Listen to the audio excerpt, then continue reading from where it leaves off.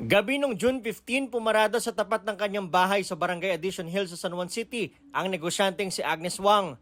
Papasok na siya ng gate nang sundan siya ng isang lalaking naka-helmet. May tinuturo ang lalaki, saka pumasok din sa loob ng bahay.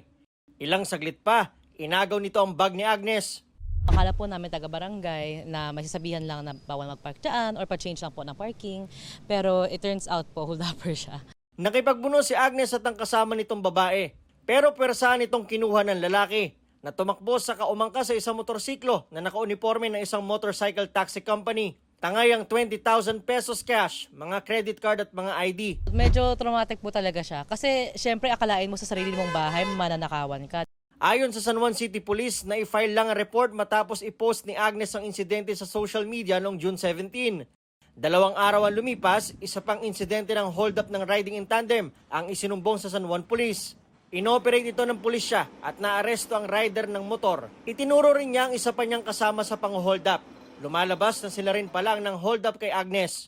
Positively in-identify nung kanyang latest victim. Pati yung motor na mga markings na natandaan niya nung ito ay sinagawang pang-hold up sa kanya, natandaan niya. Tumanggi magbigay ng pahayag ang dalawang suspect. No-commit na po kami, sir. Na-recover ng mga pulis sa motorsiklong ginamit sa pagtakas, pero wala nang na-recover sa mga ninakaw nila. Kinumpirma rin ng Move It na rider nila ang isa sa mga hold-upper. Sa tulong daw ng kanilang GPS tracking at mga CCTV footage, natukoy nila ang pagkakakilala ng suspect, kaya nakipagtulungan sila agad sa biktima at sa mga pulis. Napag-alaman din daw nilang hindi lang sa kanila nagra-rider ang isa sa mga suspect. May iba pang motorcycle taxi company rin daw itong pinagsiserbisyuhan. Patuloy raw sila na ikipagtulungan sa mga otoridad at biktima para panagutin ang sangkot na rider.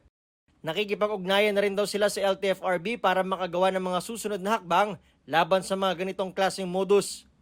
Para sa GMA Integrated News, Nico Wahe, nakatutok 24 oras.